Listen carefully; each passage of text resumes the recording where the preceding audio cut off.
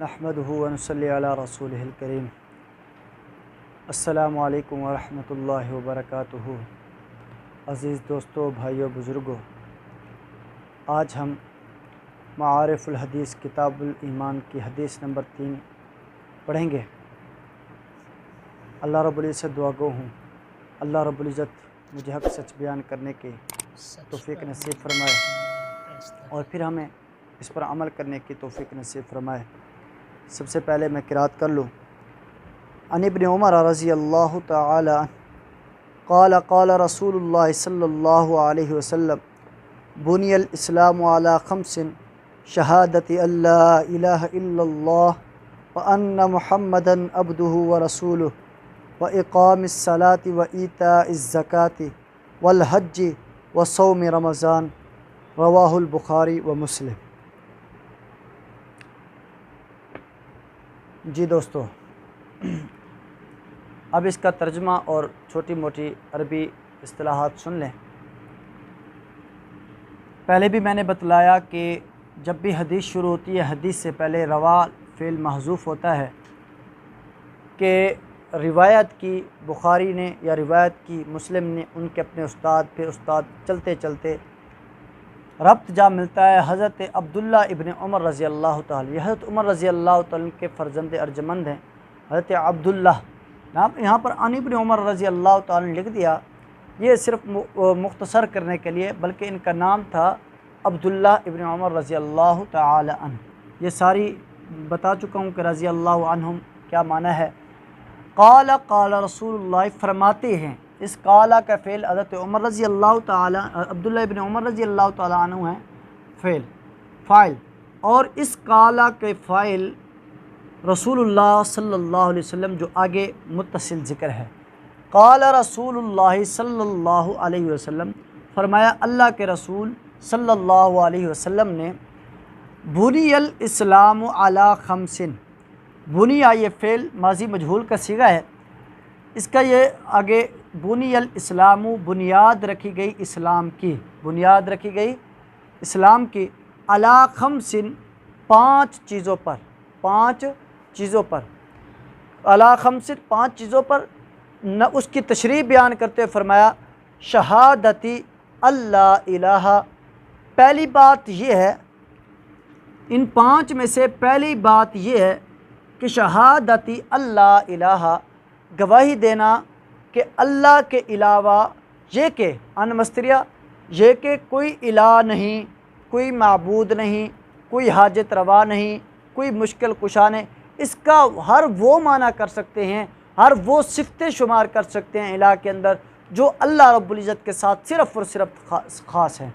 फरमाया अल्लाह इलाहा, कि अल्लाह के अलावा कोई माबूद नहीं, इबादत के लायक नहीं, इल्ला मगर, इल्ला इस्तिस्ना है, इल्ला मगर कोई इबादत के लायक नहीं। अब इबादत के लायक कौन है? तो अल्लाह ताला ने इस्तिस्ना किया, इल्लल्लाह, मगर क्या? एक अल्लाह। पहली गवाही तो ये देनी है कि अल्लाह के अलावा कोई माबूद नहीं, और साथ ही उसके दूसरा जुज़ है व अन्ना मुहम्मदन अब्दुहु व रसूलुहु, और ये गवाही देनी है कि बेशक मुहम्मद सल्लल्लाहु अलैहि वसल्लम अल्लाह के बंदे, इस हू ज़मीर का मर्जे अब अल्लाह की तरफ राजी होगा। ये पीछे जो खड़ा है शहादत अल्लाह, कि अब तो अल्लाह के बंदे, अल्लाह के क्या हैं? मखलूक हैं, अल्लाह के बंदे हैं। व रसूलुहु, और उसके क्या हैं? कासिद है। रसूल माना क्या है? कासिद हैं। अब पहली तशरीह, पहली किस्म तो ये है शहादती अल्ला इलाहा इल्लल्लाह। अब दूसरी किस्म, और वाव आतफ़ा है, और वाव आतफ़ का अतफ़ किस पे जा रहा है? इस पे जा रहा है। यहाँ पर भी शहादती मजरूर था, तो यहाँ पर भी क्या है? इक़ामिस सलाती, नमाज का कायम करना। ये भी इस्लाम के सतूनों में से, 5 सतून इस्लाम के, उन 5 सतूनों में से दूसरा सतून है वह इक़ामिस सलात, नमाज को कायम करना। नमाज को कायम, और नमाज को कायम करना। व ईताइज़ ज़कात, इसका भी अतफ़ इसी पे जा रहा है, और इसीलिए ये मजरूर है, तो ये भी क्या है? मजरूर है। व ईताइज़ ज़काती, ज़कात का अदा करना। ज़कात, अगर आप साहिब निसाब हैं, आपके ऊपर ज़कात लगती है, तो ये तीसरा सतून इस्लाम का ये है कि ज़कात को अदा करो। ठीक है। वल हज्जी, ये भी इसका अतफ़ भी इसी पे जा रहा है, फरमाया वल हज, और हज करना। पिछली हदीस के अंदर, हदीस जिब्रील के अंदर फरमाया कि तहुज्जल बैता, कि हज इन इस्तताअत इलैहि सबीला, अगर तुम ताकत रखते हो उनके रास्ते के जाने की तो फिर क्या करो, हज करो, हज बैतुल्लाह करो। तो यहाँ पर भी वही शर्त लगेगी। हज आपके ऊपर तब फ़र्ज़ होगा जब आप जब आपके पास पैसा होगा, इतना पैसा हो कि आप घर वालों का ख़र्चा, राशन भी रख सकें और जाने का अखराजात भी आपके पास मौजूद हों। वह सौम रमज़ाना, इसका अतफ़ भी उसी पे जा रहा है कि वह सौम रमज़ाना, इसलिए ये मजरूर है। फरमाया वह सौम रमज़ाना, और रमज़ान के रोज़े रखना, ये पाँचवा सतून है। 5 सतून बयान किए गए इस हदीस के अंदर। मैं अब थोड़ी सी इसकी तशरीह कर देता हूँ, जो शेख साहब ने तशरीह की है, बड़ी खूबसूरत तशरीह की है और बड़े जामे माने, मैं वो सुना देता हूँ आपको। इस हदीस में रसूलुल्लाह सल्लल्लाहु अलैहि वसल्लम ने इस्तिआरा के तौर पर इस्लाम को ऐसी इमारत से तशबीह दी जो चंद सतूनों पर कायम हो, और बतलाया है कि इमारत इस्लाम इन 5 सतूनों पर कायम है, लिहाजा किसी मुसलमान के लिए उसकी कोई गुंजाइश नहीं है कि वह इन अरकान के अदा करने और कायम करने में गफलत करे, क्योंकि ये इस्लाम के बुनियादी सतून हैं। वाज़ेह रहे कि इस्लाम के फ़राइज़ इन अरकान खमसा ही में मुनहसर नहीं हैं, बल्कि इनके अलावा और भी हैं। वो कौन से हैं? मसलन जिहाद फ़ी सबीलिल्लाह, अमर बिल मारूफ़, नही अनिल मुनकर, ये सारे के सारे इस्लाम के सतून हैं। लेकिन जो अहमियत और जो खसूसियत इन 5 को हासिल है, वो चूँकि औरों में नहीं, इसलिए इस्लाम का रुकन सिर्फ़ इन्हीं को करार दिया गया।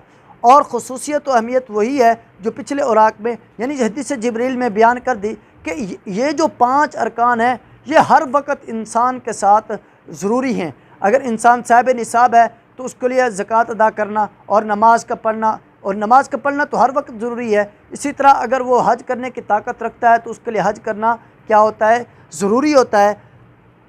हदीस जिब्रील की तशरीह में ज़िमन लिखी जा चुकी है और मैं बयान भी कर चुका हूँ, और जिसका हासिल ये है कि अरकान खमसा इस्लाम के लिए बमंज़िला पैकर महसूस के हैं, बमंज़िला पैकर महसूस के हैं। नहीं, यही वो ख़ास ताबदी उमूर हैं जो बिज़ात मतलूब व मकसूद हैं।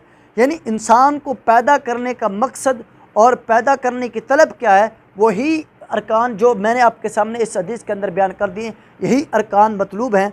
और इनकी फ़र्जियत किसी आरज़ की वजह से और किसी ख़ास हालत से वाबस्ता नहीं है, बल्कि ये मुस्तक़बिल और दवामी फ़राइज़ हैं, बखिलाफ़ जहाद और अमर बिल मारूफ़ के, कि उनकी ये हैसियत नहीं है और वो ख़ास हालात में और ख़ास मौक़ों पर फ़र्ज़ होते हैं। अल्लाह रब्बुल इज़्ज़त से दुआ गो हूँ, अल्लाह रब्बुल इज़्ज़त मेरा बयान करना और आपका सुनना अल्लाह ताला की अपनी बारगाह के अंदर कबूल मंजूर फ़रमाए। व आखिरु दावाना अनिल हम्दुलिल्लाहि रब्बिल आलमीन।